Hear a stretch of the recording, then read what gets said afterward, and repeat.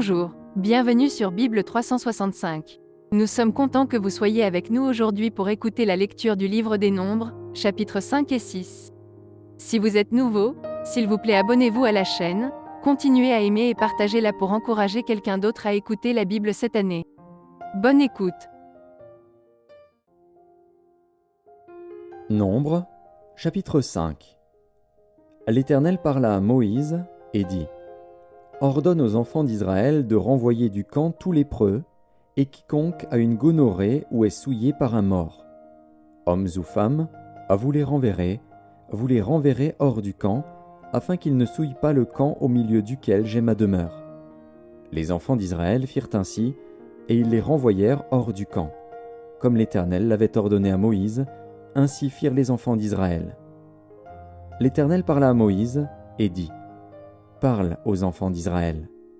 Lorsqu'un homme ou une femme péchera contre son prochain en commettant une infidélité à l'égard de l'Éternel, et qu'il se rendra ainsi coupable, il confessera son péché, et il restituera dans son entier l'objet mal acquis, en y ajoutant 1/5.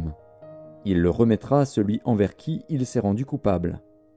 S'il n'y a personne qui ait droit à la restitution de l'objet mal acquis, cet objet revient à l'Éternel, au sacrificateur, outre le bélier expiatoire avec lequel on fera l'expiation pour le coupable.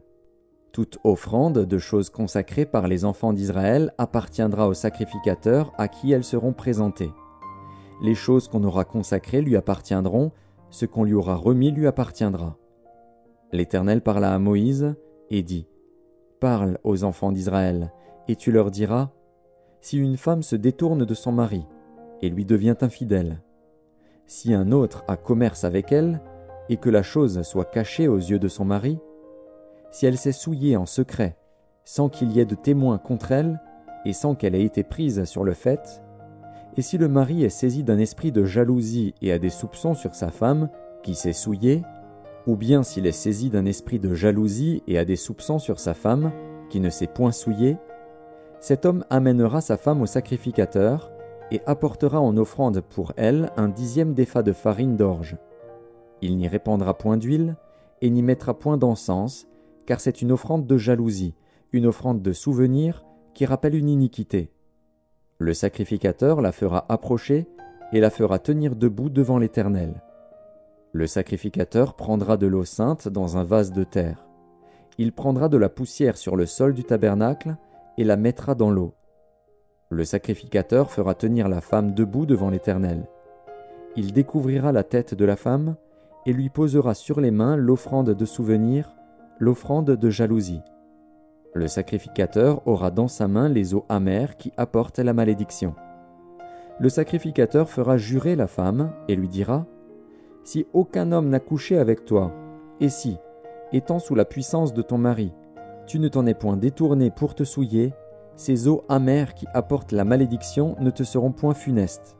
Mais si, étant sous la puissance de ton mari, tu t'en es détourné et que tu te sois souillé, et si un autre homme que ton mari a couché avec toi, et le sacrificateur fera jurer la femme avec un serment d'imprécation et lui dira : Que l'Éternel te livre à la malédiction et à l'exécration au milieu de ton peuple, en faisant dessécher ta cuisse et enfler ton ventre, et que ces eaux qui apportent la malédiction entrent dans tes entrailles pour te faire enfler le ventre et dessécher la cuisse.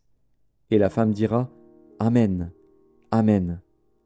Le sacrificateur écrira ces imprécations dans un livre, puis les effacera avec les eaux amères. Et il fera boire à la femme les eaux amères qui apportent la malédiction, et les eaux qui apportent la malédiction entreront en elle pour produire l'amertume. Le sacrificateur prendra des mains de la femme l'offrande de jalousie, il agitera l'offrande de côté et d'autre devant l'Éternel, et il l'offrira sur l'autel. Le sacrificateur prendra une poignée de cette offrande comme souvenir, et il la brûlera sur l'autel. C'est après cela qu'il fera boire les eaux à la femme. Quand il aura fait boire les eaux, il arrivera, si elle s'est souillée et a été infidèle à son mari, que les eaux qui apportent la malédiction entreront en elle pour produire l'amertume. Son ventre s'enflera, sa cuisse se desséchera, et cette femme sera en malédiction au milieu de son peuple. Mais si la femme ne s'est point souillée et qu'elle soit pure, elle sera reconnue innocente et aura des enfants. Telle est la loi sur la jalousie, pour le cas où une femme sous la puissance de son mari se détourne et se souille, et pour le cas où un mari saisi d'un esprit de jalousie a des soupçons sur sa femme. Le sacrificateur la fera tenir debout devant l'Éternel et lui appliquera cette loi dans son entier. Le mari sera exempt de faute, mais la femme portera la peine de son iniquité. Nombre, chapitre 6. L'Éternel parla à Moïse et dit : Parle aux enfants d'Israël, et tu leur diras : Lorsqu'un homme ou une femme se séparera des autres en faisant vœu de naziréat pour se consacrer à l'Éternel, il s'abstiendra de vin et de boissons enivrantes. Il ne boira ni vinaigre fait avec du vin, ni vinaigre fait avec une boisson enivrante. Il ne boira d'aucune liqueur tirée des raisins, et il ne mangera point de raisins frais ni de raisins secs. Pendant tout le temps de son naziréat, il ne mangera rien de ce qui provient de la vigne, depuis les pépins jusqu'à la peau du raisin. Pendant tout le temps de son naziréat, le rasoir ne passera point sur sa tête, jusqu'à l'accomplissement des jours pour lesquels il s'est consacré à l'Éternel, il sera saint, il laissera croître librement ses cheveux. Pendant tout le temps qu'il a voué à l'Éternel, il ne s'approchera point d'une personne morte. Il ne se souillera point à la mort de son père, de sa mère, de son frère ou de sa sœur, car il porte sur sa tête la consécration de son Dieu.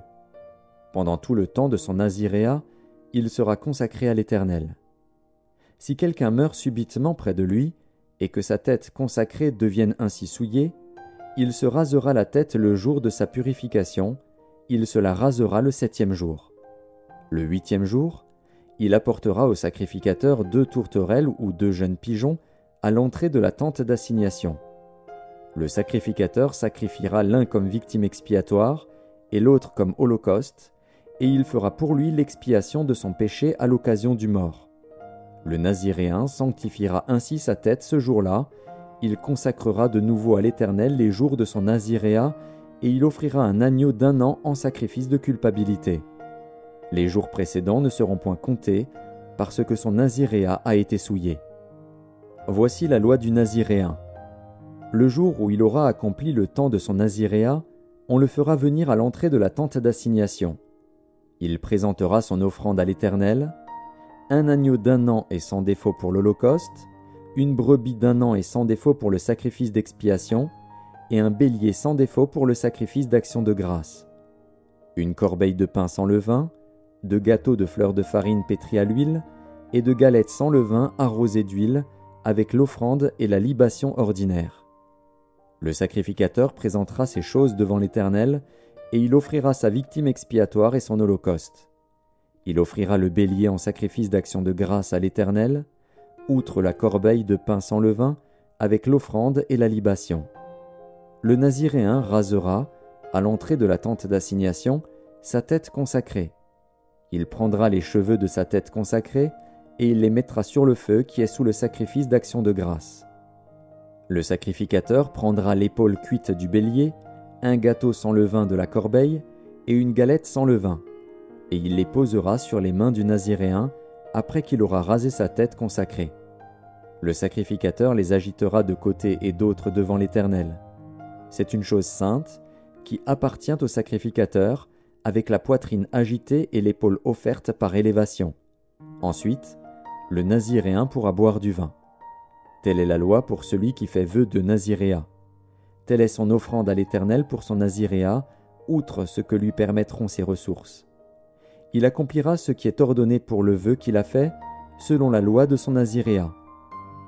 L'Éternel parla à Moïse, et dit : Parle à Aaron et à ses fils, et dis : Vous bénirez ainsi les enfants d'Israël, vous leur direz : Que l'Éternel te bénisse, et qu'il te garde.